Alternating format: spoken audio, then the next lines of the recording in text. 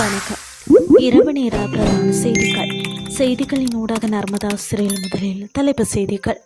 கிழக்கில் வைத்து ஜனாதிபதி அனூர மக்களுக்கு அளித்த உறுதிமொழி.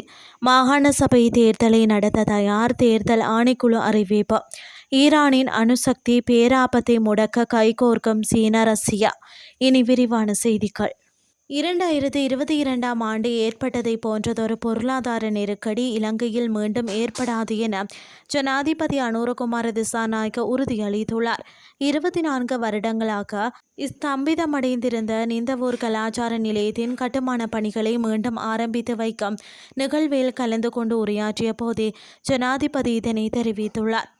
அங்கு தொடர்ந்து உரையாற்றிய ஜனாதிபதி, மத்திய கிழக்கில் நிலவும் மோதல் நிலைமைகள் உள்ளிட்ட தற்போதைய உலகளாவிய சூழலினால் ஏற்படும் சவால்களை ஒரு வெளிப்புற நெருக்கடி என ஒப்புக்கொண்டார்.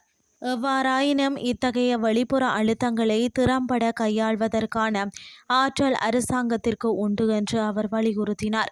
நாட்டில் இனவாதத்திற்கு இடமில்லை என்பதை உறுதிப்படுத்தும் அதே வேளையில் வலுவான மற்றும் நெகிழ்ச்சி மிக்க பொருளாதாரத்தை கட்டியெழுப்புவதே தற்போதைய நிர்வாகத்தின் பரந்த குறிக்கோள் என்றும் ஜனாதிபதி கூறியுள்ளார். மேலும் ஊழல்வாதிகள் பொறுப்பு கூற வேண்டியதன் அவசியத்தையும், அனைத்து குடிமக்களுக்கும் சட்டம் சமமாக நடைமுறைப்படுத்தப்படும் ஒரு அமைப்பை உருவாக்குவதன் முக்கியத்துவத்தையும் அவர் அதன்போது சுட்டிக்காட்டினார்.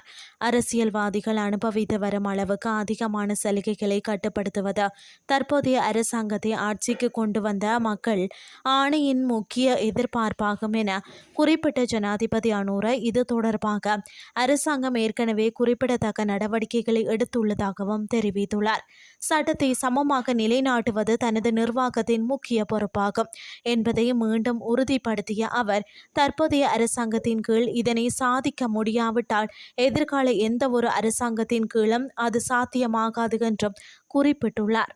நாடாளுமன்றத்தால் அங்கீகரிக்கப்படும் முறைப்படி மாகாண சபை தேர்தல்களை நடத்த தயாராக இருப்பதாக தேர்தல் ஆணைக்குழு தெரிவித்துள்ளது.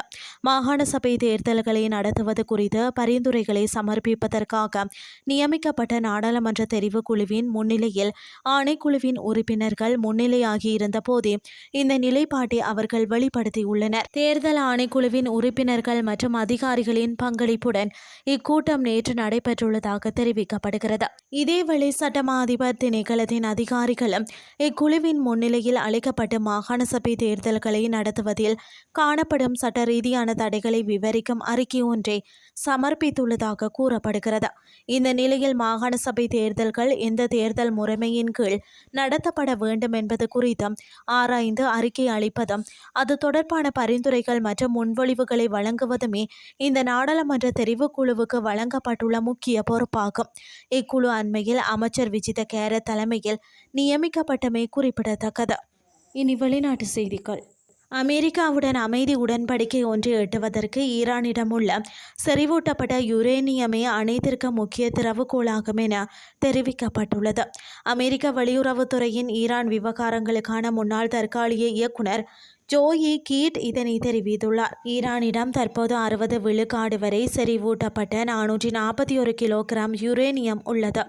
இது குறித்து கருத்து தெரிவித்த அவர், இந்த அளவிலான செறிவூட்டப்பட்ட யுரேனியத்தை சாதாரண சிவில் பயன்பாடுகளுக்கு பயன்படுத்த முடியாது. இது இராணுவ தேவைகளுக்கு, அணு ஆயுத தயாரிப்புக்கு மட்டுமே உகந்தது. எனவே இறுதியில் ரஷ்யாவும் சீனாவும் கூட இந்த யுரேனியம் அங்கிருந்து அகற்றப்பட்டு பாதுகாப்பான நிலைக்கு கொண்டு வரப்பட வேண்டும் என்பதை ஒப்புக்கொள்ளும். இந்த வார பெய்ஜிங்கில் நடைபெற்ற பேச்சுவார்த்தையின் போது சீன ஜனாதிபதி ஜி ஜின்பிங் மற்றும் ரஷ்ய ஜனாதிபதி விளாடிமிர் புடின் ஆகியோர் ஈரானின் யுரேனிய பாதுகாப்பு மற்றும் அதனை சேமித்து வைப்பது குறித்து விவாதிக்கலாம். இந்த பிரத்யேக பிரச்சினை குறித்து பெய்ஜிங்கில் சில ரகசிய கலந்துரையாடல்கள் நடந்திருக்க வாய்ப்புள்ளது. ஒருவேளை அவர்கள் ஈரானியர்களுடன் இது பற்றி பேசியிருக்கலாம். அதன் முடிவுகளை நாம் விரைவில் காணக்கூடும் என தெரிவித்துள்ளார். செய்திகள் யாவும் நிறைவடைகின்றது.